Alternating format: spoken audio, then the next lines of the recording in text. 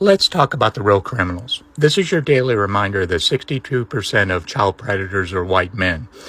Of those white men, 90% claim that they are Christians.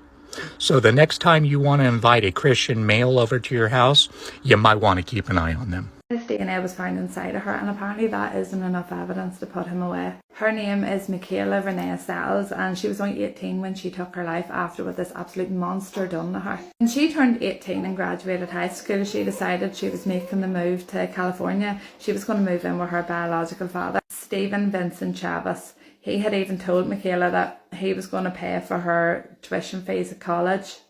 And he was going to show her how to trade. He was going to teach her. She was really excited for her future and about the move. She couldn't wait. She had always dreamt of living there. Not only 48 hours after moving in, on the 21st of July 2025, Michaela had phoned her mummy asking her to come and pick her up. She was really upset. When her mummy came and picked her up, she had told her what he had done to her. He got Michaela drunk and then he brutally sexually assaulted and raped her for 4 hours long. This attack was so brutal that she needed carried into the hospital. She couldn't walk.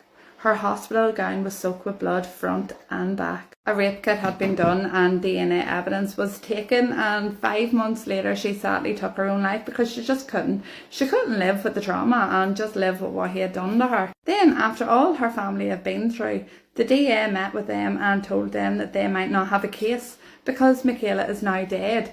That evidence doesn't stand, and it's now coming down to a he said, she said situation. Have you ever heard anything as ridiculous in your life? This girl took her own life after what that monster had done to her, and they're saying that because she's dead, because of him, that he could walk free, that there's no evidence. Have you ever heard anything as ridiculous in your whole life? They are meeting up, the DA, the judge and his solicitors next month and deciding whether they have a case. I just can't get over it. Her family want her story out there in the hopes that somebody may see it and may be able to help them. So if you could share, repost this. I know we're in Northern Ireland, but I know I have followed.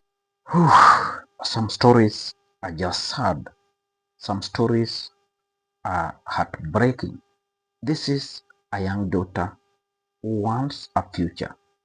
A young lady who in her younger ages wants to achieve a lot in terms of education, wants to grow academically. But what does she meet? She meets the wrath of her biological father, the wrath of someone who should take her to another level, the wrath of a father who she always believed would make her future bright. So I picked this video with a broken heart, and I want you to watch on how Americans are reacting to it, because this is now taking a different dimension whereby the white dads are being blamed.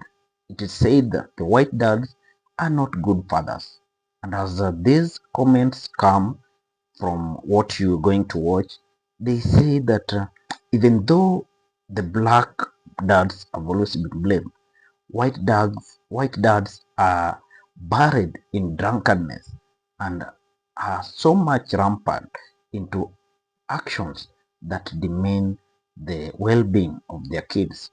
So let us continue watching this video and comment in the end. If you're watching us for the first time, do not forget to subscribe to this our channel. Let's watch.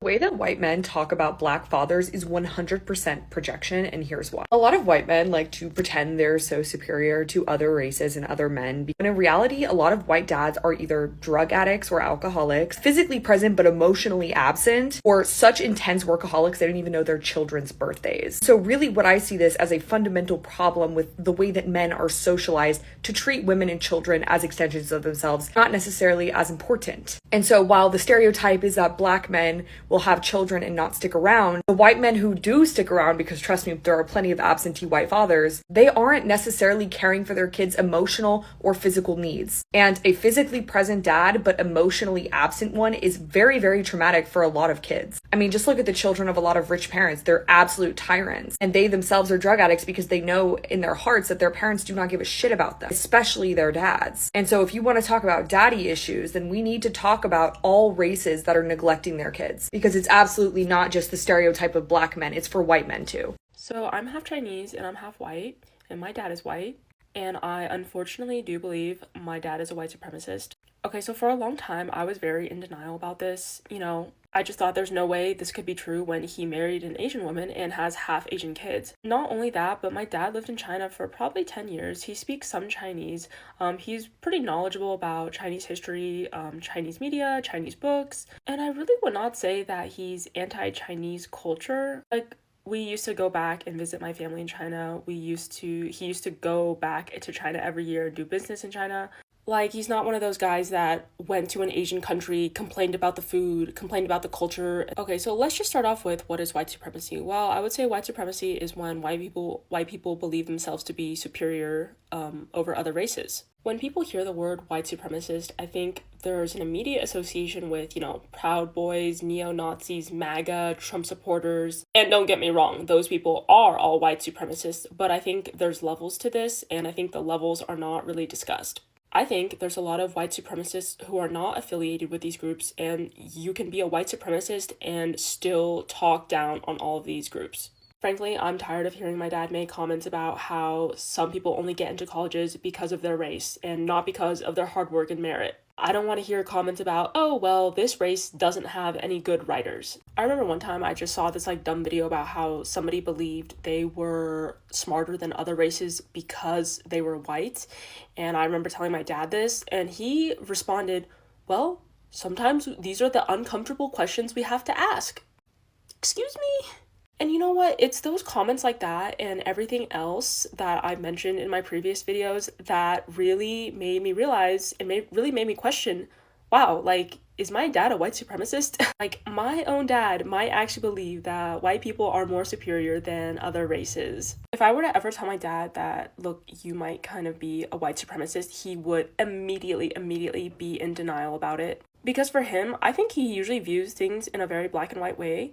I think he views white supremacy as, well, as long as I don't support Trump, as long as I don't support MAGA, as long as I don't support Nazis, I'm not a white supremacist. But the real uncomfortable question and the real uncomfortable situation here is that if he feels because he's white, he's somehow better than every other race, that means he is one. I also believe that my dad was taught this way of thinking from my grandfather, unfortunately. My uncle, who is my dad's brother, has actually said my grandfather was racist, but weirdly enough, my dad said, no, he's not racist. He never said anything like that. My grandfather on my dad's side would also mistreat women and kind of be abusive towards women, so I think that's where my dad learned that behavior from too. Straight white dudes are the #1 offenders of sexual violence against children in the United States. But if you don't want to believe me, maybe you'll believe your darling Tim Tebow. Interesting choice of words to use the word Caucasian instead of white. I'm sure he's not coached to do that. Now, Tim Tebow's actually been on Fox News to talk about this, and let's see if he's as specific as he was on that podcast. People don't like it when I say this, but we have to tell the truth, we have to get accurate picture. The #1 offender is biological fathers. This isn't... Whoop! Did you catch that? You kind of left out an important detail there, Tim. It's just interesting to me how when you're on a podcast, it's okay to talk about how white men are the biggest perpetrators of sexual violence against children. But when you're on Fox News, the largest media consumed by white men, all of a sudden you're not allowed to talk about that. So certainly you're not going to go on and talk about the importance of good men holding bad men accountable and how important it is to be honest about these problems so that we can properly solve them, right? And men have to step up and stand up and be the men that we're called and created to be, to protect, not exploit. And it's going to start at the home. Almost. Look, I know that Tim Tebow means well, and I know that his program has saved a lot of children, and it's put a lot of bad guys behind bars for a week or however long we sentence men who harm children in this country. But if we can't properly address this problem, if Tim can't properly call out the white men who are abusing children in this country, then you're just part of the problem that you're trying to solve, buddy. We have to be better. As men, we have to be better. So in reference to my last post to racist white America about what they would do if their daughter dated a black man and the cops thought he was a thug and they came in shooting and she got killed, would it be her fault? A lot of them said it would be her fault. A lot of them said, I raised her better. Keep in mind, all I said was dating a black man. I didn't say dating a criminal, someone with a criminal record. By the way, her boyfriend did not have a criminal record, and he was a licensed carrier, is a licensed carrier, as he was found not guilty of anything that night. So, I don't understand how a man